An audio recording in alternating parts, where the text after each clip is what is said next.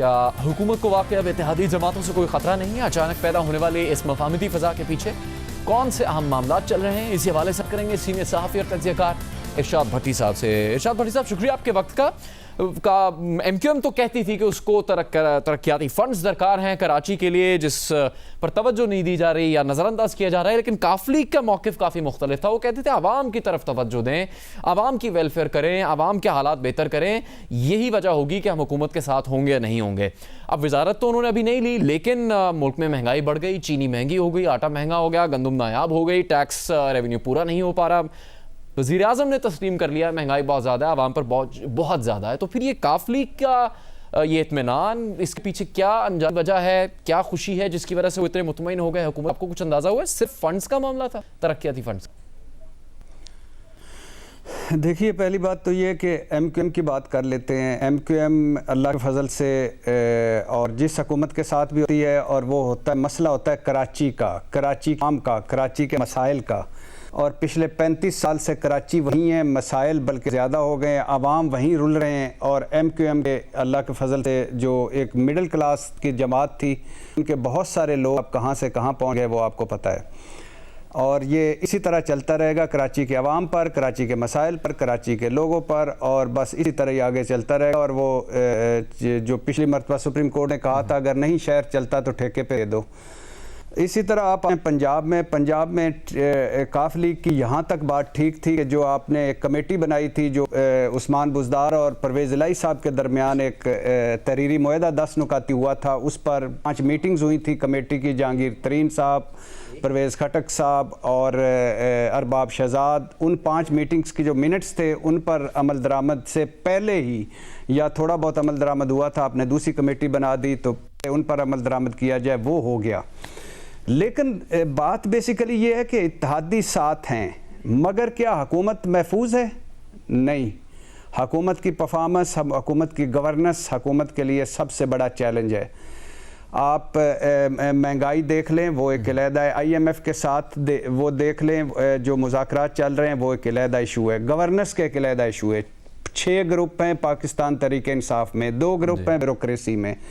ज़्यादातर उनकी आपस में जो बाहमी लड़ाइयाँ हैं उनमें ही वक्त गुजरता है। अब वक्त आ गया है। आपने इमरान साहब एहतसाब के नाम पे आए थे, होप के नाम पे आए थे। होप क्या आपने आवाम को दी? आपके जो वादे दावे नारे थे, वो जो नया सूबा था, 50 लाख घर थे, 1 करोड़ नौकरियां थीं और आवाम की ज़िंदगियां आसान बनाना था, उनमें कितना हुआ? एहतसाब आप चलो छोड़ दें, आप मेहरबान अदालतें हैं, मेहरबान मुआशरा है, उसको एक तरफ रख दें। लेकिन बात बेसिकली ये है कि आप डिलीवर कर रहे हैं, नहीं कर पा रहे। आपकी डायरेक्शन सही है, नहीं सही है। आपको अपनी डायरेक्शन सही, इस टीम के साथ डिलीवर कर पाएंगे? मेरा बिलीव है कि नहीं कर पाएंगे। आपको टीम बदलना पड़ेगी, आपको खिलाड़ी बदलना पड़ेंगे। आप पहले 1.5 साल की जो सीरीज़ हुई, जो वनडे मैचेस हुए, जो 2020 मैचेस हुए, जो टेस्ट मैचेस हुए हैं, उनमें आप हारे हैं। अब आपको जीतना होगा अगर आपने इस टूर्नामेंट में रहना है। ये 5 साल टूर्नामेंट है ये, वरना आप क्वार्टर फाइनल से आउट हो जाएंगे, आगे सेमीफाइनल या फाइनल की तरफ नहीं जाएंगे। बात बेसिकली ये है कि आपको आपने कहा था माफिया को, क्या आपको बना पड़ेगा? प्लीज आप बताएं इस कौम को कि आटे के पीछे कौन था। बड़ी साहब, ये जो महंगाई के मामलात हैं, गवर्नेंस के मामलात हैं, उस पर तो तहरीक इंसाफ चैलेंजेस का सामना है। ऑपोजिशन के किरदार के हवाले से भी किसी किस्म के चैलेंज का सामना होगा हुकूमत को? मुस्लिम लीग नून, पीपल पार्टी, मौलाना फजल रहमान जो बात कर रहे हैं, उनका ये जमात साथ ही नजर नहीं आ रही? नहीं, बिल्कुल भी नहीं। अपोजिशन अल्लाह के फजल से, उससे 2 जुमले मेरे वो है, आप जो माफियाज हैं हुकूमत के अंदर, माफियाज को आपको बताना पड़ेगा कि हुकूमत के अंदर कोई माफिया मौजूद है कि नहीं है, और माफियाज को शिकस्त देना पड़ेगी, आवाम को रिलीफ पहुंचाना पड़ेगा। और ये अब 2020 है। दूसरी बात, जो अपोजिशन है अल्लाह के फजल से हुकूमत फिर भी कहीं ना कहीं नज़र आ रही है, अपोजिशन तो बिल्कुल नज़र नहीं आ रही। वो को इज्जत दो दफन हो चुका, इनकलाब दफन हो चुका, मज़ाहमत दफन हो चुकी। ख्वाजा साहब फरमा चुके कि सिलेक्टर से हमारी मुराद थी जहांगीर तरीन, शेख रशीद। राना सनाउल्लाह साहब कह चुके कि खलाई मखलूक से हमारी मुराद फ़ौज नहीं थी। इस मरतबा जो वोट दिया है वो नवाज शरीफ साहब का अपना फैसला। कुरान पर हल्फ जो लिया उन्होंने अपने पार्टी के लोगों से, वो उसके अलावा है। फजलुर रहमान साहब ABCDFGH सारे कर चुके हैं, प्लान्स बिल्कुल फेल है। वो एक फेस सेविंग चल रही है, एक वो बाकी चल रही है। पीपल्स पार्टी का कोई इसमें नहीं है। तकरीरें सुन लें, बयानात सुन लें और गुफ्तगू सुन लें, उनका महंगाई से कोई तल्लक नहीं है। वो सारे अपने अपने केसों में फंसे हुए थे, अपने अपने केसों के चक्कर में थे और बहुत सारा उन्होंने अचीव कर लिया, बाकी अचीव करने के चक्कर में है। 25 वॉल्यूम्स को हटाने के दबाने के चक्कर में, 10 वॉल्यूम्स को दबाने के चक्कर में है। आवाम, महंगाई, बेरोजगारी, ये जो टमाटर, आटा, शुगर, ये सिर्फ तकरीरें हैं।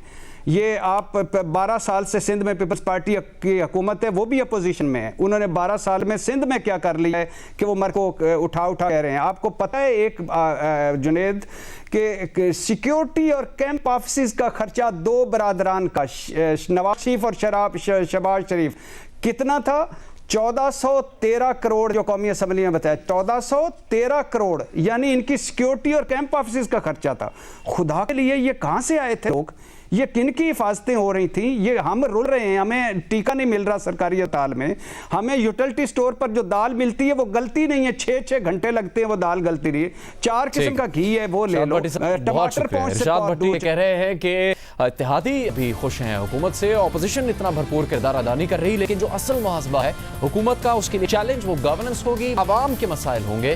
महंगाई है, चीनी, आटा, दालें, दीगर खाने पीने की अशिया जो शिद्दत से महंगी हो रही हैं, उस पर अगर हुकूमत काबू नहीं पा सकी तो उसको शदीद मुश्किलात का सामना करना पड़ सकता है।